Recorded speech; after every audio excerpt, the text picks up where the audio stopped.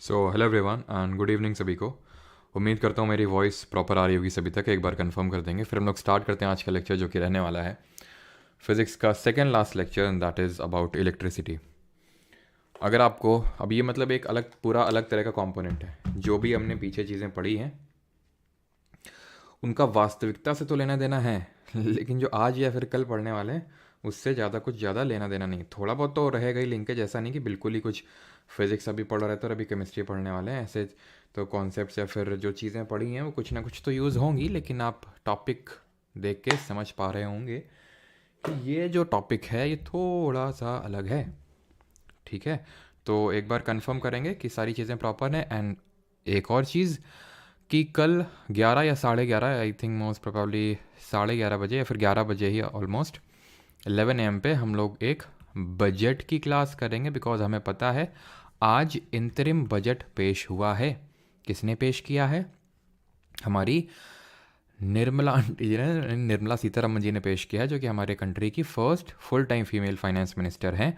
उन्होंने क्या प्रेजेंट किया है? बजट नहीं, एनुअल फाइनेंशियल स्टेटमेंट, वार्षिक वित्तीय विवरण पेश किया है। और ऐसा करके उन्होंने एक और हिस्ट्री क्रिएट कर दी, एंड दैट इज़ कि 6 बार बजट प्रेजेंट करने वाली बन गई हैं हमारी फाइनेंस मिनिस्टर। इससे पहले ये रिकॉर्ड किसके पास था? अगर आप बताने का प्रयास करेंगे तो ये मोरारजी देसाई जी के पास था, 6 बार बजट प्रेजेंट करने का। और अभी निर्मला सीतारमन जी ने भी इसको अचीव कर लिया है। और अगर फिर से मोदी गवर्नमेंट आती है, फिर से निर्मला सीतारमन जी फाइनेंस मिनिस्टर बनती हैं और फिर से बजट को प्रेजेंट करती हैं, because let me tell you कि जुलाई में फिर से बजट आएगा। ये तो सिर्फ अंतरिम बजट था, थोड़े टाइम के लिए, जब तक चुनाव नहीं हो जाते, जुलाई तक के लिए, खर्चों को चलाने के लिए ये बजट को लाया गया है।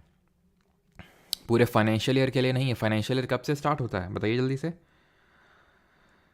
हाँ सर, जीवन साथी की ऐड आ रही है, साथी तो नहीं मिला। अच्छा, पढ़ लो तो मिल जाएगा अभी। ठीक है। हाँ, मोरारजी देसाई सबका सही है, आरजू अंजलि, बीना जैन और सोनल सबका सही है। अच्छा, जो भी आएगा ठीक है, अब कौन आएगा वो उस पर डिबेट नहीं कर रहे हैं। मेन ये मैं बताना चाह रहा हूँ कि फाइनेंशियल ईयर हमारा स्टार्ट होता है 1 अप्रैल से, चलता है 31 मार्च से। और आज के PYQ सेशन मैंने बताया था क्यों ऐसा होता है, और यहाँ नहीं बताऊँगा। अगर नहीं पता तो कल हम लोग देखेंगे कि क्यों 1 अप्रैल से ही हमारा फाइनेंशियल ईयर यानी कि जो वित्तीय वर्ष है वो शुरू होता है, क्यों नहीं 1 जनवरी से हो जाता है। ठीक है, तो ये जो हमारा ड्यूरेशन होता है, इसके खर्चे के लिए बजट लाया जाता है, एनुअल फाइनेंशियल स्टेटमेंट लाया जाता है। लेकिन अभी ये सिर्फ अप्रैल से लेकर जुलाई तक के लिए होगा। जुलाई में फुल टाइम बजट आएगी, जब हमारी फुल टाइम गवर्नमेंट आ जाएगी।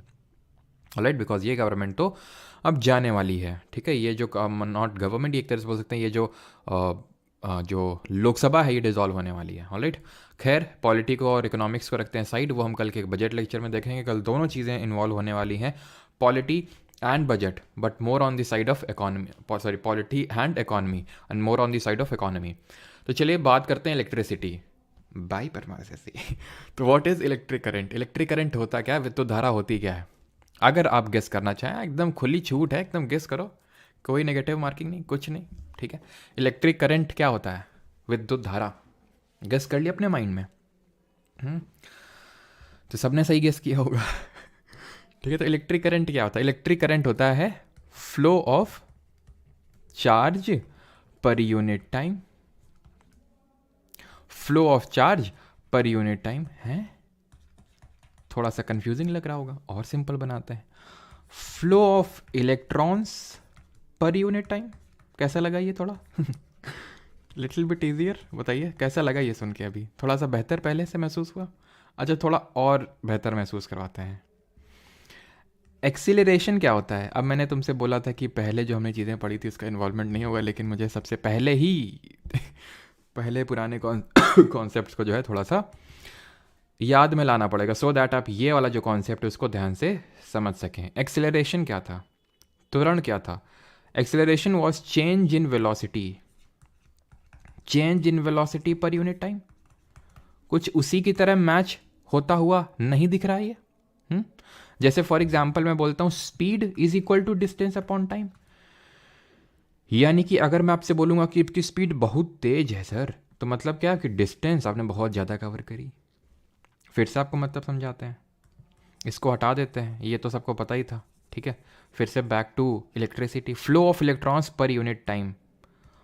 मैंने बोला फ्लो ऑफ चार्ज बोल लो या फिर फ्लो ऑफ इलेक्ट्रॉन्स बोल लो। कैसे? मान लो ये तार है तुम्हारे घर का, ठीक है, ये तार है, ठीक। तार में जो इलेक्ट्रॉन फ्लो होंगे ना, इलेक्ट्रॉन जो चलेंगे, अब इलेक्ट्रॉन क्या बैठे हुए हैं, एकदम आलस मार के बैठे हुए हैं, बिल्कुल तुम्हारी तरह। जैसे कि अगर मान लो तुमसे, मतलब तुम पढ़ाई कर रहे हो, जैसे तुम ये लेक्चर देख रहे हो, क्यों देख रहे हो? एग्ज़ाम निकालना है। क्यों निकालना है? कोई रीज़न होगा, बताओ जरा तुम लोग का, देखते हैं आज क्या क्या रीज़न है। और कसम माता रानी की, अगर तुमने जो है गलत को झूठ लिखा कि नहीं नहीं हम तो ये करना चाहते हैं देश सेवा, और देश सेवा देश प्रेम अगर तुमने लिखा, सही बता रही है, चप्पल फेंक के मारेंगे, सही सीधा सीधा बताना जो तुम्हारा रियल मोटिवेशन हो, ठीक है, जो भी हो। तो वैसे ये इलेक्ट्रॉन्स भी चलते नहीं है बिना मोटिवेशन के, तो इनको मोटिवेट क्या मतलब, इनका क्या शादी वादी तो करनी नहीं या फिर कुछ बेटर, इनका स्टेटस भी नहीं होता है, ठीक है, स्टेटस वॉर भी नहीं होता इनका, ठीक है। हम ज़्यादातर जो चीज़ें करते हैं स्टेटस के लिए करते हैं, वो भी इनके साथ नहीं है। तो इनका कोई पुल फैक्टर नहीं है, पुल फैक्टर इन दी सेंस कि भाई हमें ये करना है वो करना है, अगर ये जॉब क्रैक कर लेंगे तो समाज में इज्जत मिलेगी, गाड़ी होगी, ये होगा, ठीक है, और अच्छी है, ठीक है। तो वो सब तो है नहीं इनको, तो इनको क्या करना पड़ता है, पुश करना पड़ता है, लात मारनी पड़ती है। तो लात मारी जाती है तो चलते हैं, ये चलते हैं तो चार्ज चलता है। क्यों? क्योंकि हर एक इलेक्ट्रॉन कुछ ना कुछ चार्ज लेता हुआ चल रहा है, हर इलेक्ट्रॉन में कुछ ना कुछ चार्ज, यहाँ तक कि हर मैटर, हर चीज़ में चार्ज है, हर चीज़ में चार्ज है। चार्ज क्या होता है? आवेश। क्या होता है? आवेश। आवेश ये होता है चार्ज। चार्ज क्या होता है? चार्ज दो तरह के चार्जेस होते हैं, पॉजिटिव और नेगेटिव। हर चीज़ में चार्ज होता है। जैसे कि आपने वो वाला एक्सपेरिमेंट किया होगा, किया है ना सबने, जैसे कि कंघी, जैसे कंघी को लो और मतलब बाल आपने किया कंघी से, ठीक है, मतलब, और उसके बाद कुछ आपने पेपर के बिट्स लिए होंगे, छोटे छोटे छोटे छोटे बिट्स, और उनको कंघी में चिपकाया होगा, कॉम में चिपकाया होगा, या फिर बलून को, गुब्बारे को अपने सिर में खूब जोर से रगड़ा होगा और उसको चिपका दिया होगा दीवार में। क्यों? क्योंकि उसमें चार्ज आ जाता है, चार्ज जनरेट हो जाता है, ठीक है। तो हर चीज़ में एक तरह से बोल सकते हैं चार्ज है। दो तरह के चार्ज होते हैं, पॉजिटिव और नेगेटिव। ये चीज़ आई होप सबको पता होगी कि like charges repel each other. जो लाइक चार्जेस होते हैं, लाइक का मतलब होता है समान, जैसे positive positive, negative negative. Repel each other, repel each other. और जो ऑपोजिट चार्जेस होते हैं, ऑपोजिट मतलब पॉजिटिव नेगेटिव, ठीक है, opposite charges attract each other. क्या इसको भी एग्जाम्पल से समझाने की ज़रूरत है? होनी तो नहीं चाहिए ठीक है, जैसे ये अट्रैक्ट करेंगे ना, ये अट्रैक्ट करेंगे ना। अट्रैक्शन किसके बीच में होता है कि नहीं? तो ये क्या है? ये लाइक चार्जेस हैं, दे विल ऑलवेज रिपेल। भले लग रहा है कि वो साथ है लेकिन उतना साथ में नहीं है जितना ये साथ में है, ठीक है। तो जितना यहाँ पे अट्रैक्शन होगा उतना यहाँ पे नहीं होगा, ठीक है। तो ये है लाइक चार्जेस और अनलाइक चार्जेस की कहानी। अब जब मैंने बोला कि ये जो लाइक चार्ज वाली बात हो गई, तो मैंने बोला हर इलेक्ट्रॉन कुछ ना कुछ चार्ज लेके चल रहा है, और वो जो चार्ज है वो नेगेटिव चार्ज है। यहाँ पे तभी जो मैंने माइनस का साइन लगाया, दैट इज टू शो कि दे हैव नेगेटिव चार्ज। अब कितना चार्ज लेके चल रहे हैं? तो एक इलेक्ट्रॉन जो है, एक इलेक्ट्रॉन खुद में 1.6 इंटू 10⁻⁻19 कूलॉम्ब चार्ज लेके चल रहा है। चार्ज की यूनिट होती है कूलॉम्ब, चार्ज की एसआई यूनिट होती है, एसआई मात्रक होता है कूलॉम्ब। इतना इलेक्ट्रॉन, एक इलेक्ट्रॉन इतना चार्ज लेता हुआ चल रहा है। इसी को थोड़ा हम उल्टा तौर से बोल देते हैं। जब अगर फॉर एग्जांपल मैं अगर किसी से पूछ लूँ, ठीक है, कि एक कूलॉम्ब किसी में चार्ज है, कोई भी चीज़ है उसमें, एक कोई भी बॉडी है उसमें एक कूलॉम्ब का चार्ज है। क्या मैंने बोला? कोई भी बॉडी है उसमें एक कूलॉम्ब का चार्ज है, तो बताओ इसमें टोटल नंबर ऑफ इलेक्ट्रॉन्स कितने होंगे? क्योंकि इलेक्ट्रॉन्स के फ्लो से ही एक तरह से हम बोल सकते हैं कि भाई वो कुछ ना कुछ चार्ज लेके चल रहे हैं। तो अगर मान लो किसी चीज़ में एक कूलॉम्ब का चार्ज है तो कितने इलेक्ट्रॉन होंगे? क्योंकि हर एक इलेक्ट्रॉन में 1.6 इंटू 10⁻⁻19 कूलॉम्ब का चार्ज होता है। तो एक फॉर्मूला होता है, charge is equal to number of electrons into, मतलब कितने हैं नंबर में, और ये हो गया एक तरह से इलेक्ट्रॉनिक चार्ज, ई माइनस ये इलेक्ट्रॉनिक चार्ज जिसकी वैल्यू ये है। मैंने पहले ही बोल दिया कि इसमें एक कूलॉम्ब का चार्ज है, नंबर ऑफ एक तरह से मुझे इलेक्ट्रॉन्स निकालने हैं, और इलेक्ट्रॉनिक चार्ज की वैल्यू होती है इतनी। फिर ये वहाँ पे जाएगा, डिवाइड में आएगा और n की वैल्यू यहाँ से निकलेगी। आपको याद नहीं होगा लेकिन आपने ये ज़रूर याद किया होगा जब आप क्लास 10th में होंगे, आपने पक्का याद किया होगा, लेकिन ये वो बात आपकी एकदम भूली बिसरी बातों में से हो चुकी है अभी। बट इतने इलेक्ट्रॉन हैं, अगर मैं बोल रहा हूँ किसी चीज़ में 1 कूलॉम का चार्ज, यानी जब इतने इलेक्ट्रॉन मिल जाएंगे आपस में तो 1 कूलॉम का चार्ज यानी आवेश बनाएंगे। ठीक, क्या करेंगे? बनाएंगे। लेकिन यही नहीं, अभी तो हमें फॉर्मूला डिराइव करना है। Formula in the sense formula हो चुका है। इलेक्ट्रिक करंट क्या है? फ्लो ऑफ चार्ज पर यूनिट टाइम। यानी कि मैं ये नहीं बोल सकता हूँ क्या कि जो करंट है ये क्या है, कितना चार्ज फ्लो हो रहा है और कितने टाइम में फ्लो हो रहा है। ये मान लो ये एक तार है, एक वायर है और ये दूसरी तार है। क्लियर? अब इससे मैं बोल रहा हूँ कि इससे 1 करोड़ इलेक्ट्रॉन, 1 खरब इलेक्ट्रॉन, अब ये खुद ही सोच लो कितना इलेक्ट्रॉन हो गई है। 1 कूलॉम चार्ज में कितना इलेक्ट्रॉन हो गई है, खरबों में जाना कितना जाएगा ये। ठीक है, मान लो कि मैंने बोला 1 खरब इलेक्ट्रॉन है, इससे जा रहे हैं, मैंने बोला इससे भी जा रहे हैं, तो फिर अंतर क्या हुआ? मैं ये देखूंगा कि भाई एक पर्टिकुलर पोजीशन पे बैठ जाऊंगा और देखूंगा कि 1 सेकंड में या फिर कितने टाइम में भी, यहाँ पे मैं 1 सेकंड रेफरेंस के लिए मान रहा हूँ कि 1 सेकंड में कितना यहाँ से निकल रहा है इलेक्ट्रॉन, तो उसी के बेसिस पे तो बोलूँगा कि अच्छा कंडक्टर है कि बेकार कंडक्टर है। कंडक्टर वर्ड अभी मैंने यूज़ तो कर दिया लेकिन बताया नहीं तो मैं कंडक्टर होता क्या है। अभी के लिए कंडक्टर वो होते हैं जो इलेक्ट्रिसिटी को कंडक्ट करते हैं। ठीक है, और इलेक्ट्रिसिटी क्या है? फ्लो ऑफ इलेक्ट्रॉन्स एक तरह से। ठीक है, तो करंट क्या? Electric current, charge upon time, यानी कि इलेक्ट्रिक करंट जिसको कि मैं I से रिप्रेजेंट कर सकता हूँ, चार्ज जिसको मैं Q से रिप्रेजेंट करता हूँ, टाइम जिसको मैं T से रिप्रेजेंट करता हूँ। फॉर्मूला बन गया I is equal to Q upon T, या फिर इसी इसको फॉर्मूले को बोल देते हैं Q is equal to IT। Q is equal to IT, ये सब हमने डिराइव कर लिया, समझ आ गया सबको। अब बात ये आती है कि ये जो लात मारी इनको, पुल फैक्टर तो था नहीं। और यार मैंने एक चीज़ देखी नहीं, तुम लोगों ने क्या क्या रीजंस लिखे थे, हैं?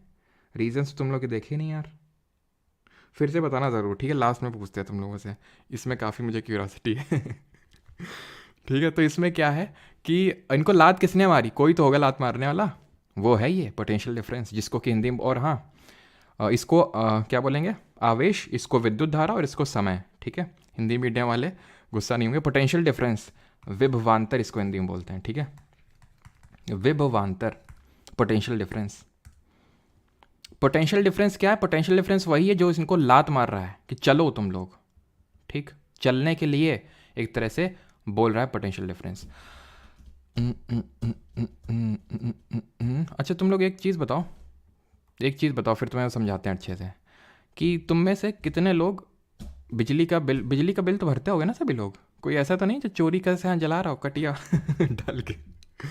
कोई ऐसा तो नहीं है? तो सब लोग अपने जो भी होगा, जैसे हमारे कानपुर में किस्को है, बाकी आपके यहाँ पता नहीं, जो भी इलेक्ट्रिक डिपार्टमेंट होता है, तो सब लोग कुछ ना कुछ पैसे देते होगे। बताओ, पैसे तो देते होगे ना? किस बात का पैसा देते हो, बस इतना बता दो मुझे। ये कॉन्सेप्ट अभी एकदम उड़ जाएगा, बस इतना बता दो कि पैसा किस बात का देते हो। ठीक है, ये बता दो बस, पैसा किस बात का देते हो, तब तक हम तुम्हें थोड़ा और इसको आगे बढ़ाते हैं। अच्छा ये बताओ, ये एक मतलब कांच की रॉड, मेले में नहीं एक कांच की रॉड आया करती थी, याद है तुम्हें? ग्रीन कलर की या फिर रेड कलर की, उसमें कुछ भरा होता था, है ना? बड़ी अच्छी लगती थी। ठीक है, तो वो समझ लो, जेविनल है। हाँ, पंजाब में फ्री। हाँ, अरे हाँ, अभी केजरीवाल जी जहाँ पे वहाँ पे फ्री नहीं होगी। सब के सब चोर है। यूनिट का यूज़, अरे क्या होता है यूनिट? जिसको 3 रुपीज़ पर यूनिट। केसन अवस्था से अनुराग शर्मा। अच्छा है। नहीं बताया किसी ने। There must be potential to, एकदम सिंपल भाषा में बताओ ना। इलेक्ट्रॉन के, हाँ, सुधीर वर्मा ने बोला इलेक्ट्रॉन के पैसे देते हैं, बस इसी पे आते हैं भी सुधीर जी। ठीक है, और किस किस को लगता है यहाँ पे कि इलेक्ट्रॉन का पैसा देते हैं? बस इतना हाँ या नाक में जवाब दे दीजिए, और ज़्यादा ओवर स्मार्ट बनने की कोशिश मत करना। अगर लग रहा है तो हाँ बोलना, ठीक है, क्योंकि मुझे तुम्हें गलत प्रूफ करना है बस, क्योंकि उसमें बड़ा मज़ा आता है। तो अब यहाँ पे एक रॉड है, ठीक है, वही वाली जो मेले में मिलती थी, उसमें कुछ पानी जैसा भरा रहता था। एकदम मैंने इसको हॉरिजॉन्टल कर रखा है, क्या इसमें पानी फ्लो होगा? हाँ या ना? लेकिन इसको मैं टेढ़ा कर दूं थोड़ा सा, अब फ्लो होगा कि नहीं? बिल्कुल फ्लो होगा, खटाक से फ्लो हो जाएगा तुरंत। क्यों? क्योंकि एक हाइट का डिफरेंस आ गया, इसमें इस केस में पोटेंशियल एनर्जी ज़्यादा हो गई, क्यों? हाइट ज़्यादा हो गई। पोटेंशियल एनर्जी क्या होती है? mgh। यहाँ पे भाई मास तो सेम है, mgh। हाइट इस केस में ज़्यादा है तो यहाँ पोटेंशियल एनर्जी ज़्यादा, यहाँ कम। और हाई से लो में हमेशा किसी भी चीज़ का फ्लो होता है। अगले वीक से मंडे से ज्योग्राफी स्टार्ट करेंगे, वहाँ देखेंगे हवा क्यों चलती है। तो हवा चलती है हाई प्रेशर से उच्च दाब से निम्न दाब यानी लो प्रेशर, तो हमेशा हाई से फ्लो ही। जैसे फॉर एग्जाम्पल अगर मुझे थोड़ी सी फिजिक्स में नॉलेज ज़्यादा है तो मैं आपको फिजिक्स की नॉलेज दे रहा हूँ, ठीक है। अब मैं खुद HC वर्मा सर के सामने थोड़ी ना compete कर सकता हूँ, ठीक है। वो मुझे नॉलेज देंगे अगर मैं उनके सामने फिजिक्स में बैठ जाऊँ तो, है कि नहीं। वो सिंपल है, क्यों? क्योंकि उस केस में, अभी केस में हो सकता है मैं हाई हूँ और आप लो हो, उस केस में वो हाई होंगे मैं लो होऊंगा, है कि नहीं। बात ये सिंपल। तो सिंपल सी बात यह है कि हमेशा हाई सी चीज़ें लो में फ्लो होती हैं, लेकिन उसके लिए डिफरेंस चाहिए किसी चीज़ का। जैसे फॉर एग्जाम्पल, चलो एक और एग्जाम्पल देते हैं तुम्हें। ये मान लो कि दो बाल्टी हैं जो भी है, तो इसमें बहुत ज़्यादा पानी भरा हुआ है, इसमें जरा सा इत्तू सा पानी भरा हुआ है। इसको दोनों को कनेक्ट कर दिया मैंने। फ्लो होगा कि नहीं होगा? मूवमेंट होगा कि नहीं होगा पानी का? बिल्कुल होगा। हाई से लो होगा, यहाँ ज़्यादा पानी यहाँ कम पानी, तो यहाँ से यहाँ फ्लो होगा। लेकिन एक पॉइंट ऐसा आएगा जब दोनों में पानी का लेवल सेम हो जाएगा, बराबर हो जाएगा, चाहे तुम कितने भी कनेक्ट कर दो, अब फ्लो होगा ही नहीं, क्योंकि सब दोनों सेम पे आ चुके हैं। There should be a difference for the flow to occur. Similarly यहाँ पे भी पोटेंशियल डिफरेंस इन इलेक्ट्रॉन्स के फ्लो का अगर होना है, इन इलेक्ट्रॉन्स का फ्लो का होना है, तो एक डिफरेंस क्रिएट करना होगा जिसको बोलेंगे पोटेंशियल डिफरेंस, विभवांतर। और वो पोटेंशियल डिफरेंस ही आपका जो इलेक्ट्रिक, जिसको आप पैसा भरते हो, वो इसी के लिए भरते हो। किसके लिए? कि इलेक्ट्रॉन्स को मूव करवा दो। इलेक्ट्रॉन्स का पैसा नहीं देते हो, इलेक्ट्रॉन्स तो पहले से ही तारों में भरे पड़े हैं, उन इलेक्ट्रॉन्स को मूव करवाने का पैसा देते हो। वहां से एनर्जी भेजी जाती है और वो एनर्जी इनको मूव करवाती है। तो potential difference is equal to एक तरह से वर्क डन, या फिर एनर्जी बोल सकते हो, वर्क डन, ठीक है, work done to move that charge. जितने भी इलेक्ट्रॉन्स हैं उनका कुछ चार्ज होगा, ठीक है, और उसको मूव करने के लिए आपने एक तरह से अपने बिजली विभाग को पेमेंट किया है। इतनी चीज क्लियर हुई कि नहीं? समझ में आया कि नहीं ये क्या होता है पोटेंशियल डिफरेंस?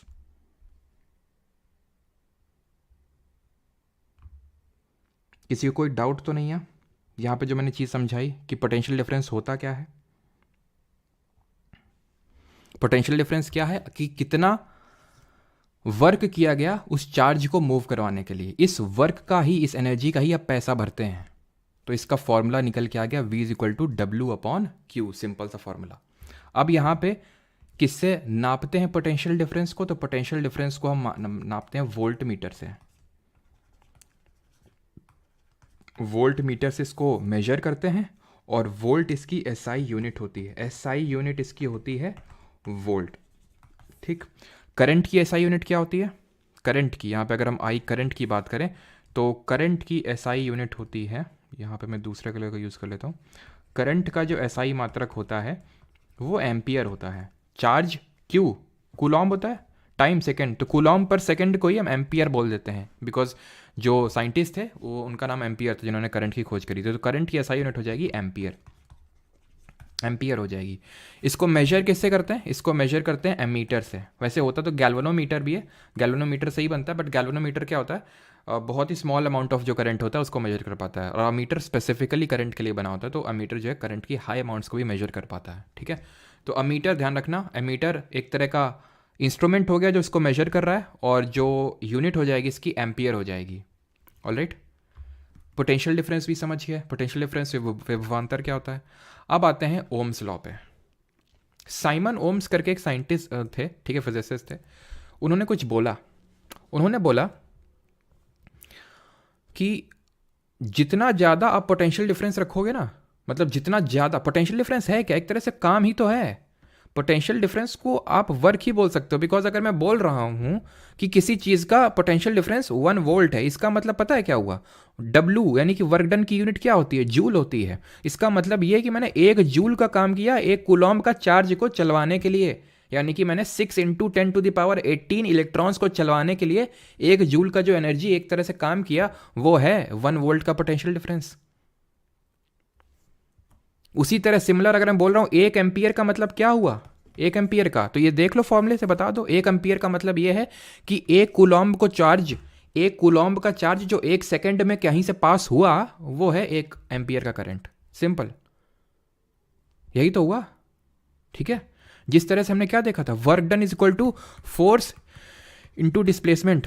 तब मैंने पढ़ाया था एक जूल क्या है, एक जूल काम वो है जब 1 न्यूटन का फोर्स लगाया जाए किसी को 1 मीटर डिस्प्लेस करने के लिए, या फिर 2 न्यूटन का फोर्स लगाया जाए आधा मीटर का डिस्प्लेसमेंट करने के लिए, या फिर आधा न्यूटन का फोर्स लगाया जाए 2 मीटर का डिस्प्लेसमेंट करने के लिए। बस अगर लेफ्ट साइड में 1 जूल है तो राइट साइड में 1 जूल लाना है, लेफ्ट साइड में यहाँ पे 1 एम्पियर है तो राइट साइड में 1 एम्पियर लाना है, लेफ्ट साइड में अगर 1 वोल्ट है तो राइट साइड में एक ही होना चाहिए, 1 है तो 1 ही लाना है।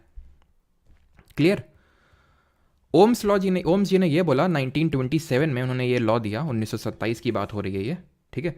सॉरी 1927 बोल रहा हूँ, 1927 तो काफ़ी जल्दी हो गया, 1827, ठीक है, 1827 हो गया यहाँ पे।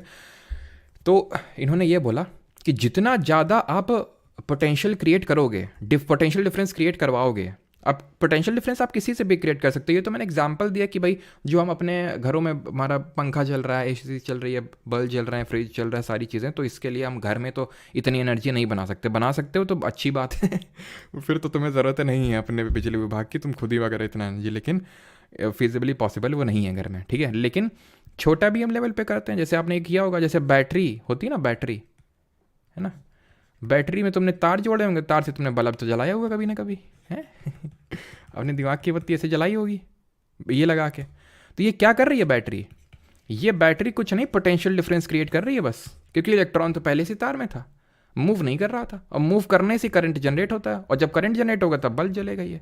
तो बैटरी एक तरह से पोटेंशियल डिफरेंस क्रिएट करने का काम करती है, विभवांतर।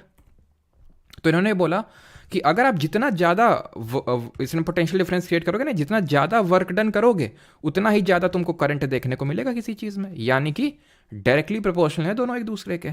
बस इसको कांस्टेंट ऑफ प्रोपोर्शनैलिटी को हटा के इक्वल टू का साइन लगाएंगे तो यहाँ पे कांस्टेंट ऑफ प्रोपोर्शनैलिटी आ जाएगा, जिसको बोलते हैं आर, जिसको बोलते हैं रेजिस्टेंस यानी कि प्रतिरोधकता।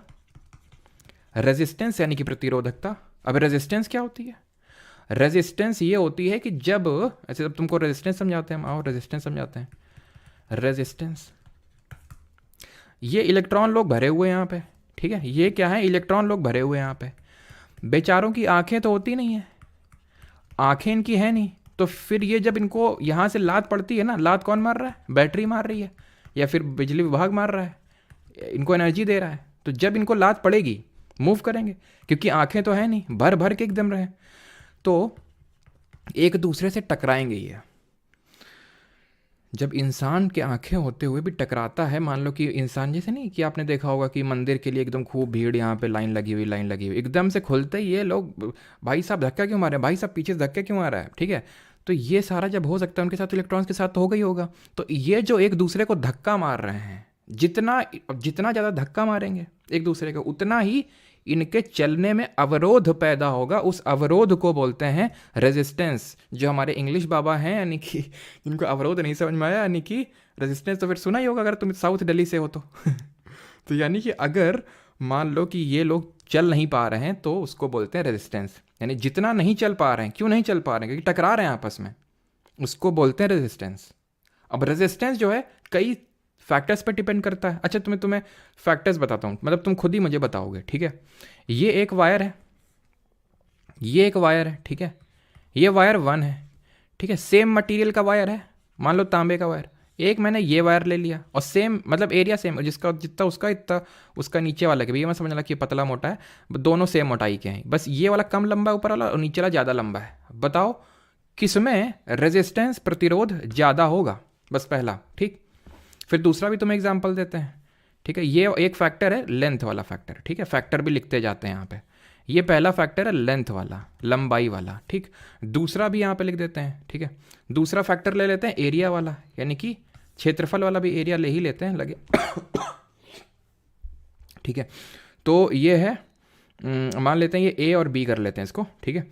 तो इस बार क्या करते हैं, ये एक है, ठीक, ये एक ले लेते हैं और दूसरा ये ले लेते हैं। लेंथ सेम है इस बार, ध्यान रखना, वहाँ पे एरिया सेम है, लेंथ डिफरेंट, यहाँ लेंथ सेम है, एरिया डिफरेंट करते हैं, ठीक है।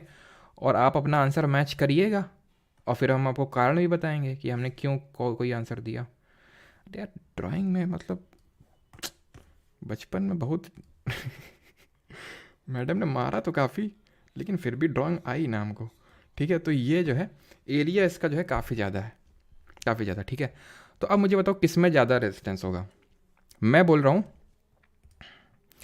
कि इसमें इलेक्ट्रॉन भरे हैं, ठीक है, ये लोग इलेक्ट्रॉन भरे हुए हैं, ठीक है, ये इलेक्ट्रॉन भरे हुए हैं, ये एक इलेक्ट्रॉन भरे हुए, मतलब सेम मटेरियल है, इलेक्ट्रॉन इसमें भी भरे हुए हैं खूब, ठीक है। किस में ज़्यादा, मान लो, रुको पहले ड्रॉ कर लेने दें, ठीक है, ये तुम हो, लाइन लगी हुई है, काउंटर में मैडम जी बैठी हुई है, मैडम जी के पास पहुंचना है तुमको, ठीक है, ये पहला केस है।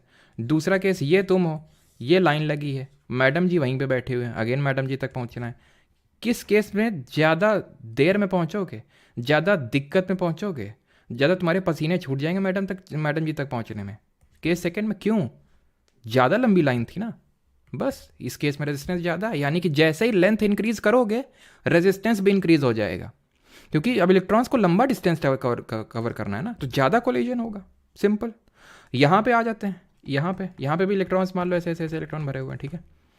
अब पहले दूसरे केस में ले लेते हैं, किसमें कम रेजिस्टेंस होगा। अब इसमें खुल के मौका मिल रहा है ना, जैसे मान लो कि मंदिर का जो द्वार है जहाँ पे भगवान जी हमारे, भगवान जी मान लो भगवान जी विराजमान है, ठीक है, यहाँ पे बहुत सारे लोग, भीड़ है, ये भीड़ है, ठीक है, ये एक केस है। और दूसरा केस है कि हमने गेट को बड़ा कर दिया, गेट को चौड़ा कर दिया, गेट अब इतना चौड़ा है, तो कम कॉलिजन्स होंगे ना, कम लोग टकराएंगे ना। अब दूसरे वाले केस में टकराना रेजिस्टेंस है, सिंपल, इस केस में रेजिस्टेंस कम हो जाएगा। यानी कि मैं ये बोल सकता हूं कि resistance is directly proportional to length, resistance is inversely proportional to the area of cross section, यानी कि लंबाई के डायरेक्टली प्रोपोर्शनल है और एरिया के क्षेत्रफल के इनवर्सली प्रोपोर्शनल है। बस बन गया अपना formula, L upon A. Constant of proportionality हटाएंगे, रो एल अपॉन ए। रो कहाँ से आ गया ये सर? रो कहाँ से आ गया? रो कहाँ से आ गया उसको बताने से पहले और रो की यूनिट निकालने से पहले, और ये रो है क्या उस पर भी आते हैं, लेकिन ये ध्यान रखना, ये जो रेजिस्टेंस है, ये रेजिस्टेंस कहाँ पे आया था? ओम्स लॉ में आया था ना। इसकी एसआई यूनिट क्या होती है? एसआई मात्रक, इसका एसआई मात्रक होता है ओम, ठीक है, और इसको, इसका सिंबल ये होता है, ठीक। और इसका जो होता है ना रेजिस्टिविटी का, ये रो, इसका होता है मो। ओम का उल्टा कर देना बस मो बन जाएगा, ठीक है, मैं मजाक नहीं कर रहा हूँ, यही होता है। या फिर इसको हम ओम इनवर्स लिख देते हैं, ओम इनवर्स बोल दो, या फिर उसको उल्टा कर दो, मो बन जाएगा। अब ये कैसे, क्या है क्या, थोड़ा सा उसको समझते हैं, ठीक है। चलो पहले आर और रो के बीच में डिफरेंस आपको समझाते हैं, लेकिन एक चीज़ ध्यान रखना कि ये रो है क्या, पहले वो समझ लो। मतलब रेजिस्टिविटी बोलते हैं इसको, रेजिस्टिविटी बोलते हैं, या फिर इसी को ही हम स्पेसिफिक रेजिस्टेंस बोलते हैं, स्पेसिफिक रेजिस्टेंस बोलते हैं, हिंदी में बोले तो विशिष्ट प्रतिरोध। लेकिन एसएससी सीजीएल 2022 में सवाल पूछा इसका एसआई यूनिट पे, लेकिन ओम या फिर मो, मतलब मो या फिर ओम इनवर्स नहीं था, तो फिर क्या था? निकाल लेते हैं। तो कैसे निकालेंगे? आर की क्या होती है? ओम होती है, अभी बताया। रेजिस्टेंस की, रो की निकालनी है, लेंथ की मीटर होती है, area of cross section metre square, 1 metre से 1 मीटर कैंसिल होगा, तो ओम मीटर इसकी यूनिट हो जाएगी, ओम मीटर इसकी यूनिट हो जाएगी। क्लियर? अब मैं आपको बताता हूं, और ये होता क्या? रेजिस्टिविटी। रेजिस्टेंस और रेजिस्टिविटी में अंतर क्या होता है? बिकॉज दोनों सेम तरह के ही लग रहे हैं कि रेजिस्टेंस रेजिस्टिविटी, अंतर क्या है? रेजिस्टेंस तो समझ में आ गया कि इलेक्ट्रॉन जब चलते हैं ना आपस में, जब पीछे से धक्का लगता है, धक्का क्या है? पोटेंशियल डिफरेंस है, तो उनको चलने में दिक्कत होती है, और जब दिक्कत होती है तो उसी को रेजिस्टेंस बोल देते हैं। ये रेजिस्टिविटी कहाँ से आ गई? रेजिस्टिविटी और रेजिस्टेंस में ज़्यादा कोई खासा अंतर है भी नहीं, जैसे सेम साउंड कर रहे हैं भी सिमिलर ही, लेकिन सेम नहीं है। कैसे सेम नहीं है? रेजिस्टेंस तब पिक्चर में आती है जब उनको धक्का लगता है, धक्का लगता है तो कोलिजन करते हैं, कोलिजन करते हैं तो रेजिस्टेंस वो आता है। रेजिस्टिविटी, ये शांत बैठे हुए हैं, शांत बैठे हुए इलेक्ट्रॉन, धक्का वक्का कुछ नहीं लगा है, लेकिन दिक्कत क्या है ना, ऊपर वाला कॉपर, कॉपर यानी तांबे का तार है, नीचे वाला मान लेते हैं सिल्वर का तार है, सिल्वर का सिंबल एजी होता है, तो इसके इलेक्ट्रॉन, इसके इलेक्ट्रॉन और इसके इलेक्ट्रॉन दोनों रुके हुए हैं सर, दोनों सेम तरह से बिहेव नहीं करेंगे, इसके जल्दी जल्दी चलेंगे, और वो इनके इलेक्ट्रॉन्स की प्रॉपर्टी है कि कोई अपने आप ही पढ़ने लगता है और कोई धक्का मारे मारे भी नहीं पड़ता है। होता है कि नहीं? तो भाई ये उनकी अंदरूनी प्रॉपर्टी, हम बोलते हैं पढ़ता, मतलब ये नहीं करता वो नहीं करता, लेकिन जैसे मेरा भी मानना है कि भाई वो उसका नेचर है, उसको हम बदल नहीं सकते। जैसे कुछ लोग होते हैं बहुत जल्दी मोटिवेटेड रहते हैं काम को करने के लिए, लेकिन कुछ लोग नहीं रहते हैं, तो वो उनकी इंट्रिंसिक चीज़ है भाई, इंट्रिंसिक है बिकॉज हर कोई यूनिक है, हर किसी का दिमाग, हर किसी की फिजियोग्राफी बायोलॉजी अलग तरह से भाई।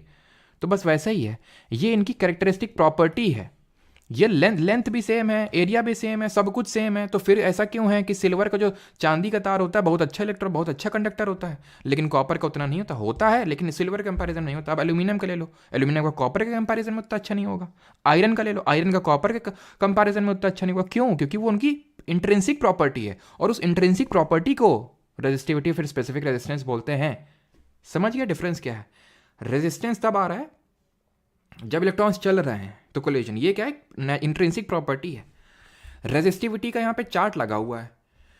जैसे सिल्वर की रेजिस्टिविटी इतनी है, कॉपर की थोड़ी और ज़्यादा, एल्यूमिनियम की थोड़ी और ज़्यादा। जिसकी जितनी ज़्यादा रेजिस्टिविटी उसका उतना ही कम कंडक्टिविटी। अब यहाँ पे तुम तीन चीज़ें समझ लो। तीन तरह के मटेरियल्स होते हैं, तो एक को बोलते हैं कंडक्टर, एक को बोलते हैं सेमीकंडक्टर। इसका हिंदी आई थिंक मुझे याद नहीं आ रहा है, तो उसके लिए सॉरी, एक बार देख लेना। अगर फिर कोई हो तो यहाँ पे प्लीज़ कमेंट कर देना। कंडक्टर, सेमीकंडक्टर और इंसुलेटर, मतलब ये हो जाएगा सुचालक और ये कुचालक, और ये बीच का सेमीकंडक्टर, ठीक है। इंसुलेटर। कंडक्टर क्या होता है?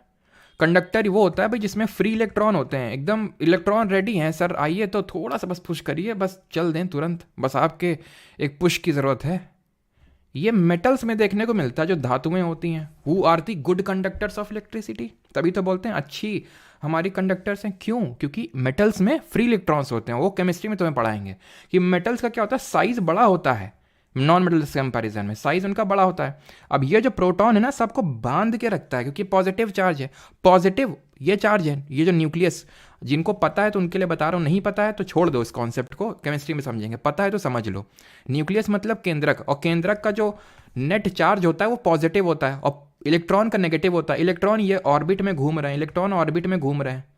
अभी जो इलेक्ट्रॉन ऑर्बिट में घूम रहे हैं, इनमें कौन सा चार्ज है? अभी बताया था नेगेटिव है, ये अभी बताया था। तो पॉजिटिव नेगेटिव एक दूसरे को अट्रैक्ट करेंगे, लेकिन जितनी ज़्यादा दूरी होगी उतना ही कम अट्रैक्शन होगा, क्योंकि इनकी ज़्यादा दूरी होती है। आराम से फ्री है, निकल लेंगे, थोड़ा सा बस पुश की ज़रूरत है। लेकिन इंसुलेटर में उतना नहीं होता है। इसी वजह से जो नॉन मेटल्स होते हैं, जो अधातुएं होती हैं, वो हमारी इंसुलेटर होती हैं। लेकिन बीच के कुछ होते हैं जैसे सिलिकन जैसे, थोड़ा थोड़ा करेंगे बस, मतलब इलेक्ट्रॉन का मूवमेंट थोड़ा थोड़ा होगा बस, ज़्यादा नहीं होगा। तो वो होते हैं हमारे सेमीकंडक्टर, ठीक है, जो कि हमारे यूजुअली मेटेलॉइड्स होते हैं, वो हम केमिस्ट्री में पढ़ेंगे। तो जैसे ही आप मतलब कि रेजिस्टिविटी बढ़ती जाएगी किसी एलिमेंट की, तो वो उतना ही ज़्यादा प्रतिरोध करेगा, उतना ही ज़्यादा इलेक्ट्रॉन्स के चलने में बाधा उत्पन्न करेगा। रेजिस्टिविटी और रेजिस्टेंस सेम, मतलब सिमिलर ही है वो। अगर किसी का रेजिस्टेंस भी ज़्यादा होगा ना, तो वो भी वही मतलब करेगा। लेकिन ये क्या है, कैरेक्टरिस्टिक प्रॉपर्टी हम पहले से हमें पता है कि इसकी इतनी है, आयरन कितनी, इसकी इतनी, सारी चीज़ें, ठीक है। एक चीज़ नोटिस करना, जो एलॉयज होते हैं, एलॉय क्या होते हैं पढ़ाया नहीं अभी, मिश्र धातु होती हैं। मिश्र धातु का मतलब होता है, केमिस्ट्री में पढ़ेंगे कि जब दो या दो से ज़्यादा मेटल्स को आपस में मिला दिया जाता है तो एलॉय बन जाता है। और मिलाने का कारण बहुत सारे होते हैं। एक तो प्रमुख कारण ये होता है कि भाई जैसे कि स्टील है, तो स्टील में क्या करते हैं, आयरन है, क्रोमियम है, इस सबको मिक्स कर देते हैं सो दैट वो ड्यूरेबल बन जाए। आयरन को इसी तरह से हम थोड़ा सा अलॉय उसमें किस चीज़ को और मिक्स कर देंगे सो दैट वो टफ बन जाए। नहीं तो जो लोहा होता है ना, आयरन, वो काफ़ी टफ होता, मतलब काफ़ी उतना ज़्यादा टफ नहीं होता है, वो सॉफ्ट होता है। तो उसमें हम थोड़ा सा मिक्स कर देते हैं, तो इसलिए वो क्या होता है, टफ बन जाता है। तो वो उसके पर्पस होते हैं। लेकिन एक क्वेश्चन बनेगा तुम्हारे एग्जाम में, वो क्वेश्चन ये है कि ये पूछेगा कि मान लो कोई एलॉय है, मान लो ब्रास है। ब्रास किसका एलॉय होता है? कॉपर और जिंक का होता है, तांबे और जस्ते का ये मिश्र धातु होती है। तो तुमसे पूछ लेगा कि कॉपर या जिंक, जिनका दोनों का खुद कुछ स्पेसिफिक रेजिस्टेंस होगा, इनका ज़्यादा होगा या फिर इसका ज़्यादा होगा। तो हमेशा इस चीज़ को याद रखना, हमेशा, कि alloy has greater resistivity than its constituent element, than its constituent metals, यानी कि जिस भी मेटल्स या फिर नॉन मेटल से जिससे भी मिलके बना है, उससे ज़्यादा ही एलॉय की मिलेगी तुम्हें। वो तुम यहाँ पे देख भी सकते हो, कॉन्स्टेंटिन कितनी ज़्यादा भैया इंसुलेटर से कम ही होगी। इंसुलेटर तो नॉन मेटल है, प्योर एकदम, हम तो एकदम सख्त हैं, हम कुछ चाहे तुम कुछ भी कर लो, हम ना कंडक्ट करेंगे। अब तुमसे हम बोल रहे हैं रबर में इलेक्ट्रॉन कंडक्ट कराओ, तो रबर में इलेक्ट्रिसिटी फ्लो करवा दोगे? नहीं कर हो पाएगा। बैड कंडक्टर होते हैं, ठीक है। तभी अगर कोई मान लो कि अगर एकदम चपक जाए, है ना, तार में जिसमें कि एकदम करंट फ्लो हो रहा है, तो आप उसको क्या मारते हो, चप्पल मारते हो क्यों? बिकॉज चप्पल में रबर होती है, तो वो बैड कंडक्टर होता है, ठीक है। एबोनाइट, डायमंड ये कभी करेंगे ही नहीं, उनसे तो ज़्यादा होगा, ठीक है, एलॉयस का। राइट, अब आते हैं resistance of a system of resistors. लेकिन एक चीज़ तुमसे हम पूछते हैं, ये चेक करने के लिए तब तक डाउट पूछ लो कि तुम्हारे कॉन्सेप्ट क्लियर हुए कि नहीं हुए, कि बस तुम बस मौज ले रहे थे यहाँ बैठ के। टेम्परेचर बढ़ाएंगे, यहाँ यहीं पे पढ़ते हैं ना, वही है ना, फैक्टर्स अफेक्टिंग। टेम्परेचर बढ़ाएंगे तो रेजिस्टेंस बढ़ेगा कि घटेगा? बस इतना बता दो जरा, समझ जाएंगे कि तुमको समझ गए हो या फिर नहीं समझे हो। तापमान बढ़ाने में प्रतिरोध बढ़ेगा घटेगा?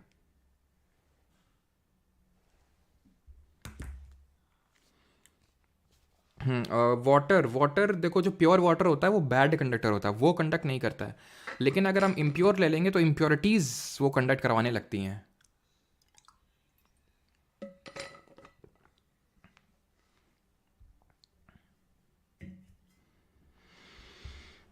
बढ़ेगा बढ़ेगा बढ़ेगा, कम होगा लिख रहे हैं पूर्णिमा तोमर, ओके। डिक्रीज भूमिका गुप्ता, कम होगा श्रेया शर्मा, अच्छा। इतना तो सबको पता है कि अगर इलेक्ट्रॉन आपस में ज़्यादा टकराएंगे तो ज़्यादा रेजिस्टेंस होगा, ज़्यादा टकराएंगे, ज़्यादा टकराएंगे तो ज़्यादा रेजिस्टेंस होगा। अच्छा, अगर मैं बोलूं कि ये इलेक्ट्रॉन लोग बैठे हैं, ठीक है, धीरे धीरे चल रहे हैं, एकदम से जोर का धक्का दिया इन लोगों को, जोर का धक्का दिया, ठीक है, ज़्यादा टकराएंगे, ज़्यादा रेजिस्टेंस होगा। टेम्परेचर के थ्रू कर क्या रहे हैं आप? सिस्टम का माहौल गर्म कर रहे हैं और जब माहौल गर्म करते हैं तो फिर आदमी रुकता नहीं है, इलेक्ट्रॉन भी नहीं रुकते हैं, और वो रेजिस्टेंस ज़्यादा हो जाएगा। क्यों? क्योंकि इलेक्ट्रॉन्स के बीच का मूवमेंट, काइनेटिक एनर्जी बढ़ जाएगी। तभी तो जब आप पानी को हीट करते हैं, जब आप पानी को हीट करते हैं तो क्या होता है? पानी वेपर में कन्वर्ट हो जाता है, लिक्विड वेपर में कन्वर्ट हो जाता है। क्यों? टेम्परेचर बढ़ा दिया, उनके बीच में मूवमेंट इतना ज़्यादा बढ़ गया कि उन्होंने अपने फोर्सेस ऑफ अट्रैक्शन को तोड़ दिया, वो केमिस्ट्री में पढ़ेंगे, और वो उड़ गए, गैस बन गए। टेम्परेचर बढ़ाने से मूवमेंट बढ़ेगा, मूवमेंट बढ़ाने से काइनेटिक एनर्जी बढ़ेगी, काइनेटिक एनर्जी बढ़ाने से रेजिस्टेंस बढ़ेगा। ये चीज़ ध्यान रखिएगा। अब आते हैं resistance of a system of resistors. इसमें हमें पढ़ना होता है दो तरह के सिस्टम ऑफ रेजिस्टर्स। रेजिस्टर्स मतलब अगर हम जो अभी हम पढ़ रहे थे रेजिस्टेंस, उनको दो चीज़ें होती हैं कि एक तो हम श्रृंखला में उनको कनेक्ट कर दें, सीरीज़ में, और दूसरा होता है पैरेलल में, समानांतर में, ठीक है। अब ये होता क्या वो समझ लो। जैसे कि कोई रेजिस्टर है, ठीक है, मान लो कि कोई भी मतलब अप्लायंस है, जैसे समझ लो कोई घर में अप्लायंस है, ठीक है, ये है, ये कोई अप्लायंस है, ठीक है, ये एक ऐसे कनेक्टेड है, इसको बोलते हैं सीरीज़। पैरेलल क्या होता है? पैरेलल सर ये होता है ना, मतलब जैसे ये अभी देखो बनाते हैं, रुकना, ठीक है,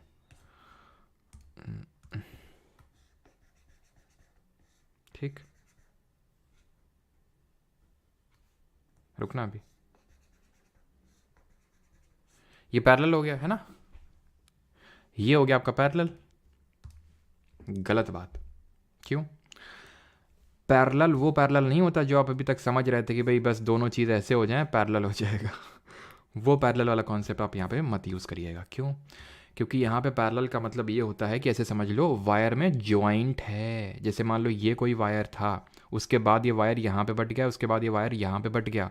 जब यहाँ से करंट में फ़्लो करवाऊँगा ना, तो मतलब एक तरह से, या फिर एक तरह से पोटेंशियल डिफरेंस लगाऊंगा ना, तो यहाँ पे जो करंट होगा इस वाले सेक्शन में और नीचे वाले सेक्शन में, ये दोनों सेक्शन में अलग अलग होगा। लेकिन जब यहाँ से मैं फ्लो करवाऊंगा तो दोनों में सेम जाएगा। लेकिन फॉर एग्जांपल अगर मैं यहाँ पे इसको कनेक्ट ना करता तो ये सीरीज में ही कनेक्ट, सीरीज में ही था। वायर में कहीं जॉइंट दिख रहा है क्या? यहाँ से करंट तुमने डाला, सबके पास सेम ही पहुँचेगा। ऐसा नहीं कि इसके पास पहले लगा है तो पहले ज़्यादा पहुँचेगा, अभी बाद थोड़ा कम पहुँचेगा, ना ना ना, सब में सेम पहुँचेगा। ऐसे सेम यहाँ पे चाहे तुम 1000 ऐसे रजिस्टर लगा दो, इलेक्ट्रॉन्स तो हर जगह मौजूद है ना। ऐसे थोड़ी ना कि बस ये इलेक्ट्रॉन यहाँ भरे पड़े, यहाँ से तुम मारोगे तो एक एक करके इलेक्ट्रॉन पहुँचेगा। चलो भैया पहले तुमको थोड़ा देते हैं, फिर जो बच गया इनको दे देते हैं। ऐसा नहीं, हर जगह इलेक्ट्रॉन भरा पड़ा है, सेम टाइम में मूव करना स्टार्ट करते हैं सब, ठीक है। तो सीरीज और पैरेलल तुम समझ गए। अब इस पे ये क्वेश्चन पूछता है कि जैसे फॉर एग्जांपल सीरीज में ये R1 है, ये R2 है, ठीक है। मान लेते हैं इस तरह से, जैसे मैंने बताया ये भी तो सीरीज़ ही होगा क्योंकि अभी वायर में ज्वाइन नहीं आया है, ठीक है। ऐसा नहीं कि कोई अलग सा यहाँ से वायर निकाल दिया और यहाँ पे कोई और रेजिस्टर को मैंने कनेक्ट कर दिया ना, ठीक है। सिंपल ही है एकदम। ये R3 मान लेते हैं, फिर इस तरह से R4 हो गया, इस तरह से, ठीक है, R4। तो बता दो इक्विवेलेंट रेजिस्टेंस कितना होगा, कितना रेजिस्टेंस करंट को ऑफर होगा इक्विवेलेंट नेट में। तो कुछ नहीं करना होता, सबको उठा के जोड़ देना होता है, R1 plus R2 plus R3 plus जितना हो, सिंपल बस जोड़ देना होता है। और पैरेलल में क्या करना होता है, पैरेलल में ये फॉर्मूला होता है 1/R equivalent is equal to 1/R1 plus 1/R2। और इसके मैं डीप में नहीं जा रहा हूँ इसके डेरिवेशन में, बिकॉज उतना नीडेड नहीं है। डेरिवेशन में जा तो सकता हूँ, वही है कि नीडेड नहीं है। बस इतना समझ के रखना कि सीरीज में जब श्रृंखला में कनेक्टेड होते हैं रेजिस्टर्स तो उनको सेम करंट मिलता है, यानी कि सेम उनको विद्युत धारा मिलती है, सेम करंट उनको रिसीव होता है जितने भी रेजिस्टर्स लगे हुए हैं। लेकिन जब पैरेलल, और पोटेंशियल डिफरेंस अलग होगा, सेम करंट बट जो पीडी होगा विभवांतर वो डिफरेंट होगा, वो अलग अलग होगा। लेकिन अगर मैं बात कर दूं पैरेलल की, यानी कि जब समानांतर में कनेक्टेड होंगे तो यहाँ पे सेम पोटेंशियल डिफरेंस मिल रहा होगा विभवांतर, और डिफरेंट करंट इनको रिसीव कर रहा होगा। बिकॉज एक तरह से समझ लो कि वायर में ज्वाइंट आ गया तो करंट अब सेम नहीं रहेगा। बस ये चीज़ याद रखना जो यहाँ पे लिखा हुआ है, और ये बस चीज़ याद रखना ये, ठीक है, कि R इक्विवेलेंट कितना होगा, R1 plus R2 plus R3 plus R4 जितने लगे हुए हैं सीरीज में अगर है, और अगर पैरेलल में है तो इस तरह से इसका फॉर्मूला निकल के आएगा। क्या मैं आप लोगों को एक न्यूमेरिकल दे दूं आपको, आपका ये टेस्ट लेने के लिए कि आपको चीज़ें समझ में आई कि नहीं आई, ठीक है। तो चलो आप लोगों को एक सवाल देते हैं, आप लोग एक सवाल करिएगा, ठीक है। 2 सवाल देते हैं। पहला सवाल बेसिक सा है, अगर आ गया तो, वैसे तो ऐसे ज़्यादा कुछ आते नहीं है, ठीक है। लेकिन हाँ ये फॉर्मूला आ जाएगा बिल्कुल, ठीक है। और फॉर्मूले को अप्लाई करना भी आ जाएगा, बेसिक सा एकदम, ऐसा नहीं क्योंकि बहुत टफ सा आ जाएगा, लेकिन फिर भी आपको चीज़ें पता होनी चाहिए, ठीक है। मान लेते हैं कि आपको हमने बोला कि 2 रेजिस्टर्स हैं, ठीक है, 2 रेजिस्टर्स हैं, ध्यान से सुनिएगा, ठीक है। 2 रेजिस्टर्स हैं, एक 20 ओम का और दूसरा 4 ओम का, ठीक है। वो कनेक्टेड है एक बैटरी से। बैटरी क्या करती है बताइए जल्दी से कमेंट में। Connected to a 6 volt battery, ठीक है। तो बताइए, और ये दोनों जो है किस में कनेक्टेड है, तुमको हम बता दे रहे हैं, फिगर नहीं बना रहे हैं, बता रहे हैं तुमको, ये सीरीज में ही कनेक्टेड है, ठीक है। हम तुमको बता ही दे रहे हैं सीरीज में कनेक्टेड है 6 वोल्ट बैटरी। अब ये बता दो कि दोनों से करंट कितना फ्लो होगा, क्योंकि दोनों में करंट तो सेम ही होगा ना, यहाँ पे पढ़ा था ना सीरीज में सेम करंट होता है, ठीक। तो जरा ये बता दीजिए कि दोनों में कितना करंट फ्लो होगा, बस। एक तो ये क्वेश्चन है तुम्हारे लिए, दूसरा क्वेश्चन भी लिखते हैं, एक करो दूसरा भी मिलेगा फिर ये मत बोलना हम कोई मंदिर का घंटा है। चलो तो पहले ये कर लो, ठीक है, पहले इसको कर लें फिर आगे बढ़ते हैं। तो 20 ओम है और 4 ओम है, तो करंट कैसे निकालूंगा मैं। करंट को निकालने के लिए ओम्स लॉ का यूज़ करना पड़ेगा, V is equal to I R. V क्योंकि मुझे पता है ना, तो R इक्विवेलेंट निकाल लूंगा तो करंट निकल आएगा। तो R इक्विवेलेंट क्या होता है सीरीज के केस में, R1 plus R2 plus R3 जितने R हैं उनको जोड़ दो, यहाँ 2 हैं तो 2 को जोड़ेंगे, 20 प्लस 4 इज इक्वल टू 24 ओम, 24 ओम। इस 24 ओम को यहाँ पे सब्सटीट्यूट कर दीजिए, V दिया हुआ है 6 वोल्ट, I पूछा है 24 ओम यहाँ पे दिया हुआ है, 6/24 हो जाएगा, I हो जाएगा 1/4, यानी कि कितना आ जाएगा 1/4, 0.25। क्या एम्पियर, क्यों, क्योंकि करंट है, करंट की SI यूनिट एम्पियर होती है। मेजर किससे करते हैं इसको ये बता दीजिए जल्दी से। तो बेसिक सा क्वेश्चन आपसे सॉल्व हो गया, ठीक। अब एक थोड़ा सा और क्वेश्चन पूछ लेते हैं, ठीक है। कैसा क्वेश्चन, रुको, चलो एक क्वेश्चन आपसे पैरेलल वाला बनाते हैं, ठीक है। पैरेलल में मैंने बोला कि एक सर्किट है, उसमें 3 रेजिस्टर जो हैं वो कनेक्टेड हैं पैरेलली, ठीक है। ठीक है, यहाँ पे मैं लिख देता हूँ उनकी वैल्यू। R1 ले लो 5, ठीक है, 5 ओम। R2 ले लो आप 10 ओम, और R3 ले लो आप 30 ओम ले लो, ठीक है।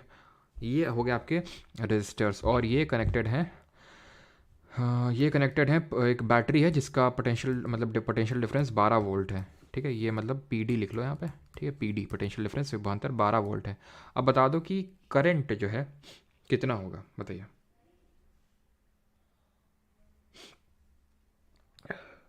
करंट कितना होगा बताइए जल्दी से।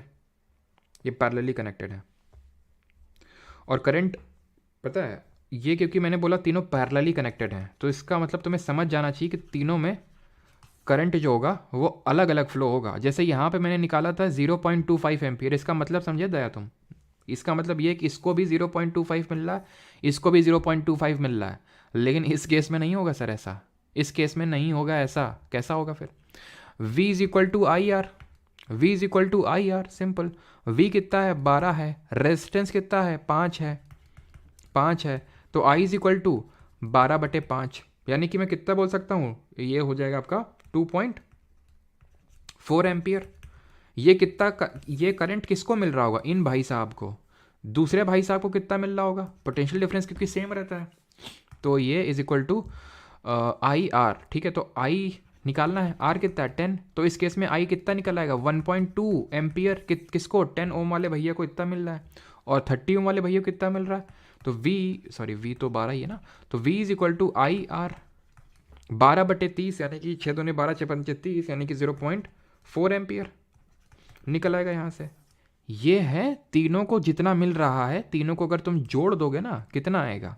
तीनों को जोड़ दो, 2.4, 1.2 और 0.4 को जोड़ो। जैसे 0.4 को 1.2 से जोड़ोगे 1.6, तो 2.4 को 1.6 में जोड़ोगे तो कितना आएगा? 4 आ जाएगा, 4 एम्पियर, 4 एम्पियर। अब तुम में से कुछ लोग बोलेंगे सर इतना निकालने के लिए मतलब तुम तो मतलब कुछ आता ही नहीं तुम्हें, तो हमने तो तुरंत निकाल लिया था, सीधे 1/R इक्विवेलेंट किया और 1/R1 plus 1/R2 plus 1/R3 किया, ठीक है, ऐसे कर दिया। LCM ले लिया 30, 5 6 30, 10 3 30, 30 1 30, 1/R इक्विवेलेंट। अब 1/R इक्विवेलेंट कितना निकल आया? 6 3 9 1 10/3, और R निकल आया 3। R कितना निकला? इक्विवेलेंट रेजिस्टेंस निकला 3, और V is equal to I R तो हम जानते ही, हमारे ओम जी ने ही दिया था, V is equal to I R. V है 12, आई इंटू 3, और 3 से 4 कट जाएगा, देखो आई 4 आ गया। उतना निकालने के लिए आपने इतना सब वो किया, ऐसा भी तो निकल सकता था। बिल्कुल बिल्कुल, जो आपने निकाला उसमें कोई गलत बात नहीं है। 4 एम्पियर मेरा भी निकला और आपका भी निकला, लेकिन ये क्या है? पूरे सिस्टम ऑफ रेजिस्टर्स में इतना करंट फ्लो हो रहा है, लेकिन मैंने आपसे ये बोला जब पैरेलली कनेक्ट होते हैं तो सबको अलग अलग मिलता है। तो बात बिल्कुल सही है, अगर ऐसा पूछ लेता टोटल कितना फ्लो हो रहा है तो 4 ही उत्तर होता, लेकिन अगर आपसे कभी ये पूछ ले कि भाई इसमें कितना फ्लो हो रहा है, इसमें कितना फ्लो हो रहा है, तो कैसे निकालेंगे आप समझ गए, क्योंकि पैरेलली कनेक्टेड है इस वजह से अलग फ्लो होगा, ठीक। अब आते हैं heating effect of electric current पे। जब ये इलेक्ट्रॉन लोग चलते हैं ना, धक्का मुक्की करते हैं, और धक्का मुक्की जब करेंगे तो गर्मा गर्मी माहौल में बढ़ेगी। अब लाइन में कुछ लोग लगे हैं, ठीक है भाई साहब आगे बढ़िए, अरे नहीं बढ़ेंगे, क्या कर लेंगे आप? गर्मा गर्मी होगी, फिर टकराहट होगी, तो फिर और जब गर्मा गर्मी होगी ना तो कुछ लोग इस गर्मा गर्मी का फ़ायदा उठा लेते हैं, और वो हो तुम हो वो। गीज़र में नहाते हो, मतलब गीज़र के पानी में गीज़र के पानी का यूज़ करते हो, रॉड लगाते हो, हैं? ये हरकत तो की होगी ना तुमने, बिना उसके तो तुम नहा नहीं सकते, नहीं हो तुम पे पूरा विश्वास है हमको, ठंडे पानी में तुम नहाओगे, हैं? नहा ही लो पहले, तो रॉड लगाते होगे, तो तुम फ़ायदा उठा रहे हो इलेक्ट्रॉन्स की लड़ाई का। कैसे? जब इलेक्ट्रॉन लोग लड़ते हैं ना तो हीट जनरेट करते हैं ये लोग, और जब हीट जनरेट करते हैं तो उसका फ़ायदा उठाते हैं, और उसी को हम पढ़ते हैं practical applications of heating effect of electric current. पहले इसको समझ लेते हैं, देन आते हैं heating effect of electric current का एक फॉर्मूला होता है, फॉर्मूले से इंपॉर्टेंट है समझना थोड़ा सा। अपने सराउंडिंग में देखो कोई बल्ब लगा होगा, बल्ब क्या कर रहा है? ग्लो हो रहा है। बल्ब को छुओ जाके जरा, छुआ तो होगा कभी? सूर्य वाला नहीं छूता, एक सूर्य वाला 9 रुपए का आता था, एकदम पीली रोशनी भाई साहब चमका देता था एकदम छूने पे। अभी तो उतना नहीं है, लेकिन बल्ब आपके गर्म हो जाते हैं। यहाँ तक कि फ़ोन भी आपका गर्म हो गया होगा, अभी पढ़ रहे होगे, क्लास ले रहे होगे, चल रहा होगा, फ़ोन को चार्जिंग में लगाते हो फ़ोन गर्म हो जाता है, फ़ोन फट तक जाते हैं, है ना? तो क्यों ऐसा होता है? तो एक्चुअल में ये हीटिंग की वजह से होता है। जब इलेक्ट्रॉन्स ये हमारे चलते हैं तो ये हीट प्रोड्यूस करते हैं। अब इसका फ़ायदा बड़ा होता है, फ़ायदा हम उठाते हैं, जैसे कि जो मैंने गीज़र का एग्जांपल दिया, हीटर होता है, हीटर भी होता है ना, हीटर में ऐसे कॉइल्स लगी होती हैं, हीटर में ऐसे कॉइल्स लगी होती हैं, हीटर्स में पहले हीटर का यूज़ बहुत होता था, हीटर्स का है ना, जिसमें कि दूध दूध वगैरह गर्म किया जाता था। तो हीटर वगैरह होता है, तो हीटर में ये जो तार होता है ये नाइक्रोम का बना होता है। ठीक है, ये नाइक्रोम क्या होता है, निकल और क्रोमियम मतलब एक तरह का एलॉय होता है, एलॉय मिश्र धातु मतलब निकल और क्रोमियम को मिला देते हैं। ठीक है, ऐसे ही जो बल्ब होता है तुम्हारा बल्ब घर में, तो उसमें फिलामेंट होता है। ये फिलामेंट जो होता है ना ये टंजस्टन का बना होता है। अच्छा, टंजस्टन का सिंबल क्या होता है? हम्म टंजस्टन का सिंबल क्या होता है? तो टंजस्टन का सिंबल TG मत लिख दियो। W होता है। ठीक है, तो ये होता है अब ये होता क्या है ना, जब इसमें हम इलेक्ट्रिक करंट पास करवाते हैं तो ये गर्म होता है और गर्म होता है और गर्म होता है और गर्म होता है और गर्म होता है और गर्म होता है, लेकिन पिघलता नहीं है ये, क्योंकि इसका हाई मेल्टिंग पॉइंट होता है। कुछ लोगों को जरा सा डांट दो रो देते हैं, कुछ लोगों को तुम डांट क्या तो एकदम पेलम पिलाई उनकी कर दो, एकदम डंडे से मारो, फिर भी कुछ असर नहीं पड़ेगा, मुस्कुराते हो जाएंगे। ठीक है, आपने हो सकता है आप में से कुछ लोग हैं, फिर आपने देखा हो अपने स्कूल में। ठीक है, तो क्यों? क्योंकि उनका हाई मेल्टिंग पॉइंट है। इसको जितना गर्म कर दो, इसको तुम धधकते हुए लावा ज्वालामुखी में डाल दो तो भी नहीं पिघलेगा। ये टंजस्टन की मैं बात कर रहा हूँ, धधकते हुए तुम ज्वालामुखी में डाल दोगे ना तो भी नहीं पिघलेगा, करंट तो बहुत दूर की बात है। तो हाई मेल्टिंग पॉइंट है, तो ये गर्म होता है ना, तो ये चमक जाता है। लाइफ लेसन कि जब आप सफ़र करेंगे करेंगे करेंगे तो आप एक दिन चमक जाएंगे, तो वैसे ही टंजस्टन भी चमक जाता है। और टंजस्टन क्या करने लगता है? ग्लो करने लगता है। तो आपसे पूछता है कि बल्ब का फिलामेंट टंजस्टन का ही क्यों बनाते हैं? क्योंकि उसका जो गलनांक है हाई मेल्टिंग वो ज़्यादा है, यानी कि जल्दी मेल्ट नहीं होता है। वहीं एक तरफ हमारे फ्यूज़ भैया हैं, फ्यूज़ भैया को भी एक एलॉय ही है, एक तरह के फ्यूज़ जो लगा होता है। ये किसी भी चीज़ के बन सकते हैं, हो सकता है लेड और टिन का मिक्सचर हो, किसी भी चीज़ का हो सकता है। तो ठीक है, लेकिन ये इंश्योर किया जाता है कि ये जो फ्यूज़ भैया हैं इनका मेल्टिंग पॉइंट लो होना चाहिए, यानी टंजस्टन का बिल्कुल उल्टा। क्यों? क्योंकि जब इनसे इलेक्ट्रिक करंट पास होगा, मतलब इनको इसलिए बनाया जाता है कि जैसे ही थोड़ा सा इलेक्ट्रॉन्स का फ्लो बढ़े, थोड़ा सा मतलब एकदम सडन इंक्रीज हो जाए, गर्म हो जाएगा सिस्टम, तुरंत पिघल जाएं। क्यों पिघल जाएं? क्योंकि सो दैट ये फ्रिज है, ये टीवी है हमारा, अगर एकदम से बहुत ज़्यादा इलेक्ट्रॉन्स का फ्लो हो जाएगा तो ये गैजेट खराब हो जाएगा। तो जैसे एकदम से फ्लो इंक्रीज होगा ये गर्म होगा, और गर्म होगा तो टूट जाएगा, टूट के गिर जाएगा, तो ये यहीं पे सर्किट टूट जाएगा। सर्किट टूट जाएगा तो करंट वहां तक जाएगा नहीं, बच जाएगा तुम्हारा अप्लायंस। इसलिए फ्यूज को लो मेल्टिंग पॉइंट का बनाया जाता है, फ्यूज वायर को। नाइक्रोम की अगर बात करें, जब इनको किया जाता है तो ये ग्लो कम करते हैं, मतलब हीट ज़्यादा निकालते हैं, तो हाथ सेक लेते हैं, दूध गर्म कर लेते हैं, रॉड से पानी गर्म कर लेते हैं। क्यों? क्योंकि वो उनको इलेक्ट्रिक करंट पास करवाने से लगाते होगे ना सॉकेट में। ठीक है, सॉकेट में प्लग लगाते होगे और ऑन करते होगे, इलेक्ट्रिसिटी जब मान लो होती होगी तभी तो रॉड गर्म होती होगी, क्योंकि इलेक्ट्रिक करंट के फ्लो से वो गर्म हो गया। उसकी प्रॉपर्टी है नाइक्रोम की, टंजस्टन की प्रॉपर्टी है वो, फ्यूज वायर की प्रॉपर्टी है वो, जिसको कि हम यूज़ में लाते हैं। आई होप ये चीज़ आपको क्लियर हुई होगी कि मैं heating effect of electric current से आपको समझाना क्या चाह रहा था। ठीक, अब इसके फॉर्मूले को देख लेते हैं। पोटेंशियल डिफरेंस क्या होता है? वर्क डन अपॉन कितना चार्ज, मतलब कितने चार्ज पे वर्क डन किया गया है कि नहीं सर? ठीक है, ये होता है पावर। मैंने पढ़ाया था आपको शक्ति, लेंस वाली नहीं, 1/4 फोकल लेंथ वाली नहीं, जिसकी यूनिट डायोप्टर होती है ना। वर्क एंड एनर्जी वाले चैप्टर में पढ़ाया था। क्या होता है बताओ जल्दी से, जल्दी से सभी लोग बताएंगे पावर का फॉर्मूला क्या होता है और इसकी यूनिट क्या होती है, जल्दी से। तो पावर यानी शक्ति का सूत्र होता है वर्क डन अपॉन टाइम। कितना कार्य किया गया कितने टाइम में, कम टाइम लिया तो मतलब पावर तुम्हारी ज़्यादा, क्षमता ज़्यादा तुम्हारे काम करने की, तो ये होता है। ठीक, अच्छा वर्क डन जो है ये भी तो वर्क डन ही है, सब्स्टिट्यूट कर दो यहाँ पे। तो सब्स्टिट्यूट करोगे तो तुम क्या रखोगे?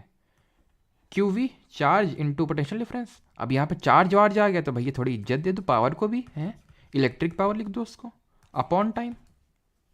सिंपल, यहाँ तक तो समझ में आओगा। अच्छा ये क्या लिखा हुआ है, पहचानो इसको? कहीं थोबड़ा इसका देखेला लगता है, क्या है ये? Q/T। Starting of the lecture, current क्या होता है? फ्लो ऑफ चार्ज पर unit time. Power, electric power, क्या हो गया फॉर्मूला?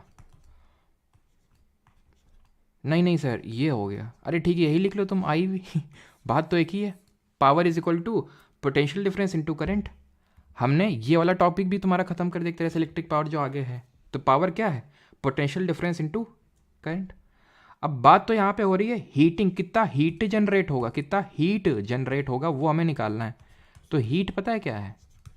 हीट कितना जनरेट हुआ, ये है कि कितना पावर कितने टाइम तक लगा, वो है हीट। पावर है वी आई और टी, टाइम को टी से डिनोट कर देंगे। हीट हो गया वी आई टी।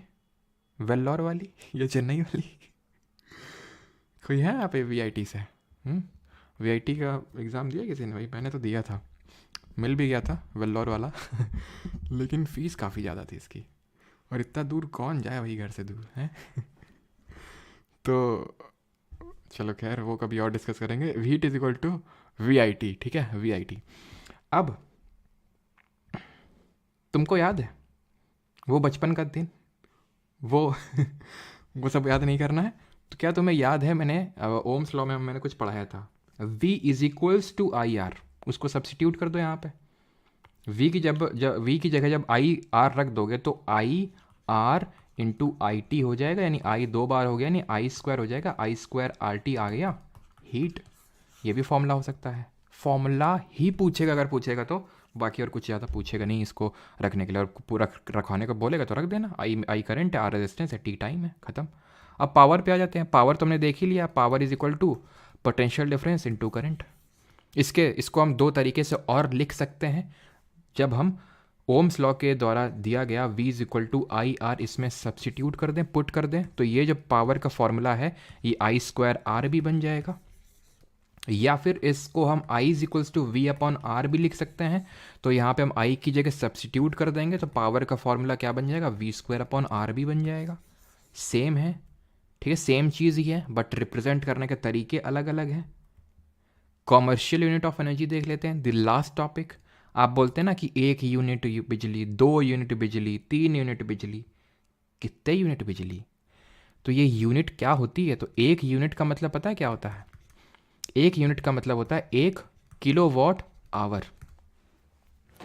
पहले तो आप लोग ये बताइए कि जो मैंने बोला था कि हमारे घरों में इलेक्ट्रॉन नहीं भेजे जाते हैं, इलेक्ट्रॉन को चलाने के लिए एनर्जी भेजी जाती है, ठीक है, वो पोटेंशियल डिफरेंस क्रिएट किया जाता है। एंड पोटेंशियल डिफरेंस है क्या? एक तरह से एनर्जी, या फिर वर्क डन उस एक कूलॉम्ब को चार्ज करने, मूव करने के लिए, वो एक है, वो क्या, एक मतलब वोल्ट का पोटेंशियल डिफरेंस।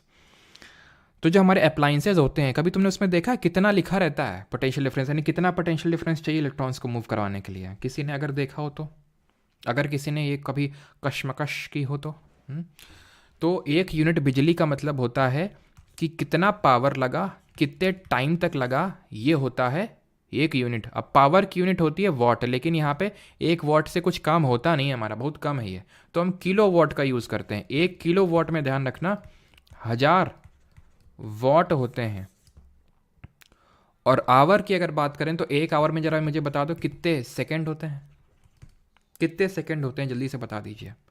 तो इसको हम किस तरह से लिख सकते हैं भाई? 1 आवर में 3600 सेकेंड, 1 घंटे में 60 मिनट, और 1 मिनट में 60 सेकेंड, तो 60 इंटू 60 3600 सेकेंड, ठीक है। तो यानी कि इसको मैं किस तरह से लिख सकता हूँ? इसको मैं लिख सकता हूँ किस तरह से? इसको मैं लिख सकता हूँ 1000 वॉट लिख सकता हूँ, वॉट, और आवर को ये सेकेंड में कन्वर्ट करके लिखूँगा तो 3600 सेकेंड आएगा। यानी कि 36 इंटू कितने ज़ीरो, 5 जीरो। वॉट सेकेंड क्या होता है? जूल ही तो होता है। वॉट किसकी यूनिट होती है? पावर की। Work done upon time, work done upon time यानी वॉट सेकेंड जूल, यही तो हुआ ना। तो 36 इंटू 10⁵ को मैं 3.6 इंटू 10⁶ भी तो लिख सकता हूँ। ऐसा तो कोई नहीं जिसको समझ में ना आया होगी मैंने कैसे कर दिया। नहीं समझ में आया तो ऐसे समझ लो 10 से भाग करूंगा और 10 से गुणा कर दूंगा। 10 से जब भाग यानी डिवाइड करूंगा तो 3.6 आ जाएगा, और 10 से मल्टीप्लाई करूंगा तो 10⁶ क्या? जूल। ये है 1 यूनिट। जब बात करते हो ना 1 यूनिट का पैसा पे किया, तो 1 यूनिट तुमने अगर यूज़ किया तो मतलब इतना एनर्जी भेजा है बिजली विभाग ने तुम्हारे, और अब उसी हिसाब से मल्टीप्लाई कर लिया करो। अगर 5 यूनिट यूज़ किया तो इसका मतलब क्या हुआ फिर? ठीक। कुछ पूछे भी थे यार तुमसे, भूल गए हम तो। क्या पूछे थे? कुछ तो पूछे थे, हाँ, कि तुम्हें अपने इलेक्ट्रिक अप्लाइंसेज में अगर तुमने कभी देखा हो क्या लिखा रहता है, तो 220 वोल्ट लिखा रहता है उसमें।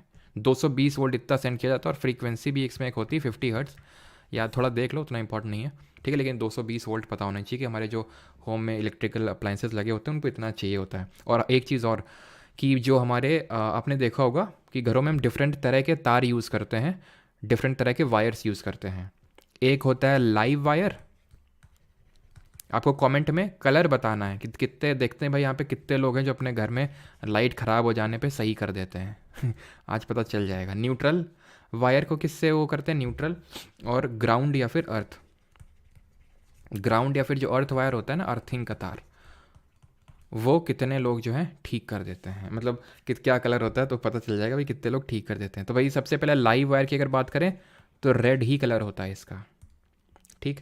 न्यूट्रल की अगर बात करें तो न्यूट्रल ब्लैक कलर से रिप्रेजेंट करते हैं। एंड जो अर्थ होता है उसको हम या तो ग्रीन या फिर आजकल येलो भी चलने लगा है काफ़ी, पहले ज़्यादा ग्रीन चलता था, ग्रीन या फिर येलो,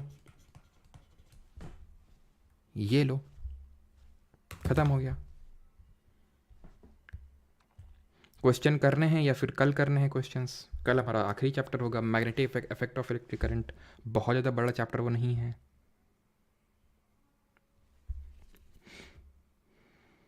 सर फिज़िक्स के बाद ज्योग्राफी कराएं प्लीज़। मार्च अप्रैल में वेस्ट बंगाल पीएससी एग्जामिनेशन है 2 2 3 पर सर। ठीक है मोंडल जी, अब आपने बोला, वैसे तो मैं नहीं सोच रहा था, लेकिन क्योंकि अब आपने बोला है तो ज़रूर होगा, ठीक है, क्योंकि वेस्ट बंगाल के लोगों से मुझे बहुत प्यार है ठीक। अच्छा, वेस्ट बंगाल के लोग जब हिंदी बोलते हैं ना तो काफ़ी अच्छा लगता है सुनने में क्योंकि कर अच्छा नहीं करना है, चलो कोई नहीं, कल करेंगे कल करते हैं। तुम्हारा मन नहीं तो फिर कल करते हैं, अगर मन नहीं है ना तो फिर कल करते हैं, कल, ठीक ठीक।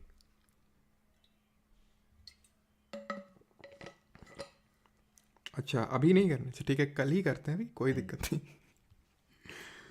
भाई क्वेश्चन आज जो है ना बन नहीं पाए तो ऑप्शन तो हम तुमको ज़बरदस्ती दे रहे थे, क्वेश्चन जो है भी मतलब कुछ थोड़े से उसमें एड ऑन्स बाकी थे, और कल का चैप्टर तब बड़ा नहीं है, तो फिर सोचा कि कल, आज और कल को थोड़ा सा वो कर देंगे, कल एक साथ क्वेश्चंस कर लेंगे तो दोनों लेक्चर बराबर हो जाएंगे टाइम के, ठीक।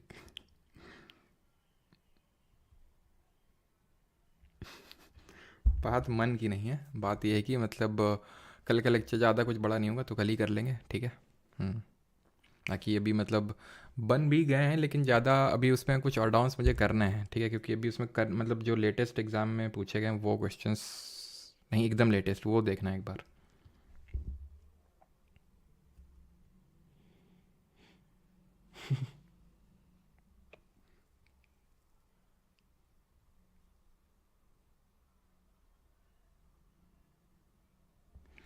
अच्छा मोटिवेट कर दें, अच्छा हाँ वो रीज़न तो बताओ तुम लोग क्यों तैयारी कर रहे हो हम्म?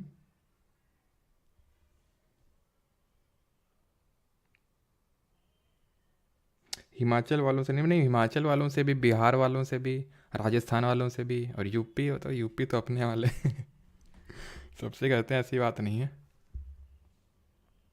अब लपक के रिवाइज करूँगा, क्या बात है हर्षित, पक्का कन्फ्यूज हो हैं? देश सेवा के लिए जॉब करना, अरे क्या बात है सौरभ, देश सेवा के लिए ये होते हैं, मतलब देश सेवा के लिए एकदम लगे पड़े हैं, देश सेवा के लिए कितने खाओगे हैं? देश सेवा के लिए पैसा पैसा।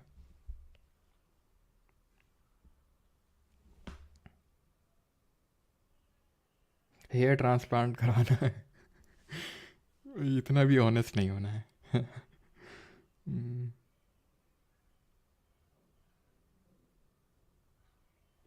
और कल भाई हम लोग बजट करने वाले हैं, ठीक है, कल जो है एनुअल फाइनेंशियल स्टेटमेंट करने वाले हम लोग, और संडे को कुछ अनाउंसमेंट है, सभी लोग आ जाएंगे एकदम, ठीक है, भंडारा होगा 6 बजे शाम को ठीक है, और पूरे मोहल्ले का न्योता है तुम्हारे, संडे को 6 बजे कुछ इंपॉर्टेंट अनाउंसमेंट होगा। फाइनेंशियल स्टेट हाँ, दरोगा अप्पू सिंह का तो वो तो मुझे तुम्हारा पता है, दरोगा अप्पू सिंह अच्छा मम्मी के नाम पर घर, हो करण जी काफ़ी अच्छा है। आपसे मिलने के लिए खूब कमाएंगे खूब उड़ाएंगे। सर शादी करना, हाँ सबके ज़्यादातर वही है, फाइनेंशियल स्टेबिलिटी और वही शादी वाला है, कोई गलत चीज़ नहीं है, अच्छी चीज़ है भाई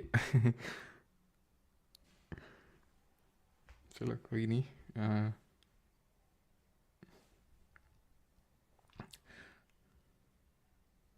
सिद्धांत बोध CSIR का बता दो कुछ सर। सिद्धांत बोध काफ़ी सुधर गए हो। कब से? समझ तो गए होगे तुम।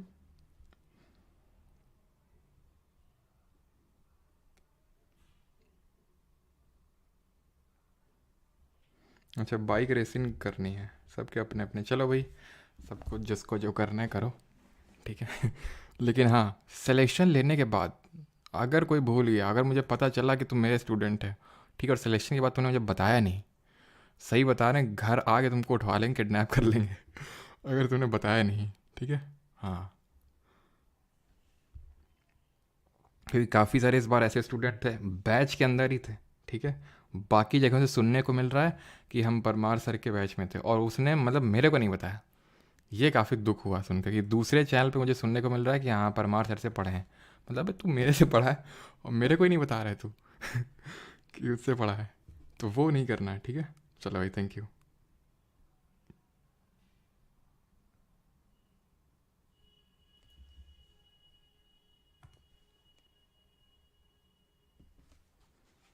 अच्छा, मैं नहीं बताऊंगा, मैं नहीं बताऊंगी। गद्दारी कर बे, चप्पल ना खाई बे। चलो भाई, धन्यवाद सभी को। Thank you.